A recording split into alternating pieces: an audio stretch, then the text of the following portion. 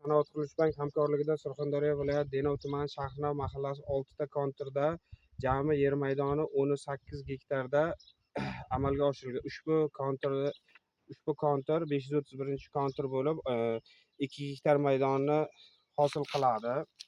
Hozirda bu yerda Shahrnov mahallasi fuqarolar yig'inida yashovchi fuqarolar auksion orqali bir kontur sotib olib, bir kontur bir mahsulot tamoyili asosida piyoz ekinlarini ekishgan. Bu yerdagi ekinlar zamonaviy usullar bilan parvarishlanmoqda.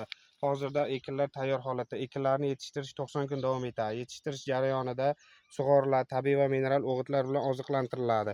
Ushbu loyihada 6 ta dehqon xo'jaliklari biriktirilgan. Har bir dehqon xo'jaligi o'rtacha 33 sotixdan yer maydonlari to'g'ri keladi. Loyihani samarali amalga oshiruvchi lider tadbirkor Cho'ntosh agro ekspert tomorqa xizmati MCH ishlab chiqarish kooperativi biriktirilgan. Ushbu loyiha bo'yicha har bir gektardan 35 tonna, jami 70 tonna hosil olish rejalashtirilgan. Mazkur ekin yig'ishtirib olingandan so'ng ikkinchi ekinga ham yuqori daromadli ekin turini ekish orqali yer egalarining daromadlarini yanada oshirib boriladi.